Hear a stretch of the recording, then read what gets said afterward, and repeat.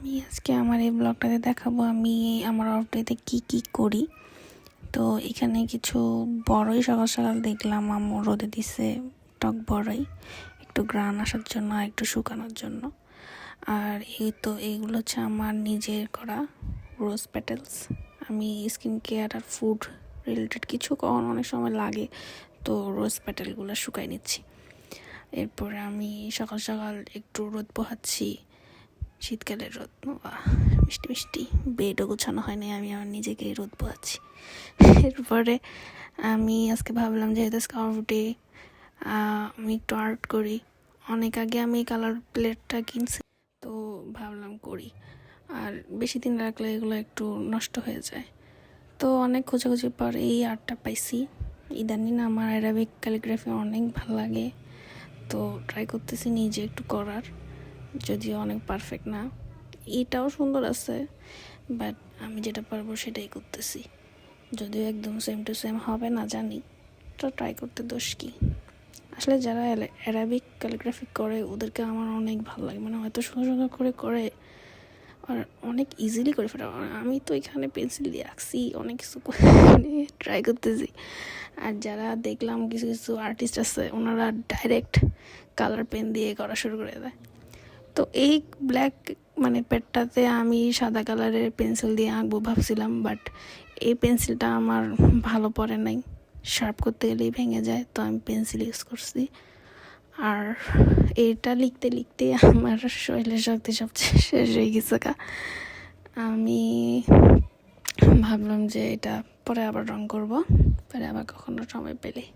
তো আজকে আমি একটা টিপস শেয়ার করব, সেটা হচ্ছে অনেক সময় আমাদের কাছে যারা আমরা আর্টিস্ট না, যে শখের বসে রং করি, ওদের কাছে সব ব্রাশ থাকে না।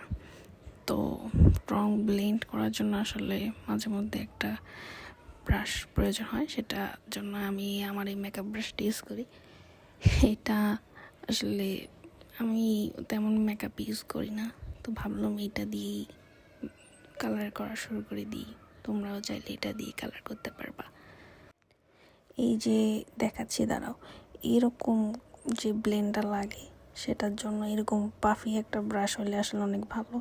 তো আমার কাছে এরকম পাফি ব্রাশ নাই, তো আমি যেদিন এটা কালার করতেছিলাম সেদিন অনেক খোঁজাখুঁজি পর ব্রেন ইউজ করে মেকআপের ব্রাশ এটা নিয়ে এসেছি।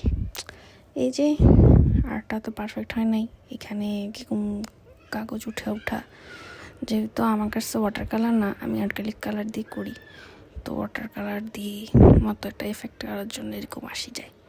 আর আমি তো কখনো কোথাও শিখি নাই আর্ট, সো পারফেক্ট হয় নাই। এনিওয়ে, আমি আজকে এটা আঁকি রাখলাম, পরে আবার কখনো সময় পেলে রং করব। এখানে এক সাইডে বেশি এক সাইডে কম, মাঝখানে হয়নি। আমি আমার ব্রেন আজকে সম্পূর্ণভাবে ইউজ করি নাই, যে এটাকে ফার্স্টে আমার তলোয়ারটা আঁকা উচিত ছিল, এরপরে ক্যালিগ্রাফি করা উচিত ছিল। আমি ফার্স্টে ক্যালিগ্রাফি এঁকে ফেলছি, পরে দিয়ে তলোয়ার রাখতে যাই দেখি যে এটা মাঝখানে নেই। এনিওয়ে, এই তো আইডিয়া আছে, চেষ্টা করতেছি আইডিয়া মাথায় যেটা আছে সেটা হিসেবে আঁকার জন্য। আমি এখন বেডে চলে এসেছি, টেবিল চেয়ারে বসতে আর ইচ্ছা করতেছে না, তো এখানে ইউটিউবে গল্প শুনতেছি আর ট্রাই করতেছি রং করার। ইদানিং আসলে আমি যে কোনো কাজ করতে গেলেই দেখি যে আমার ব্যাকগ্রাউন্ডে একটা সাউন্ড লাগে, সো আর আমার এই গল্পগুলো শুনতে ভালোই লাগে। আমি ইউটিউবে মানে বিভিন্ন গোয়েন্দা গল্প বা ভূতের গল্প লাগাই দিই, আর এরপরে আমি নিজে নিজে করতে থাকি। এই তো এখানে একটু একটু কালার আসতেছে, এই আমার হয়ে গেল কালারের পুরোটা।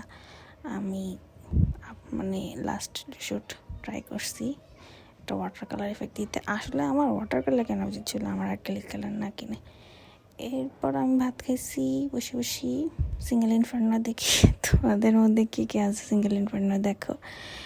আর খাইতে খাইতে বিকাল হয়ে গেছে গা।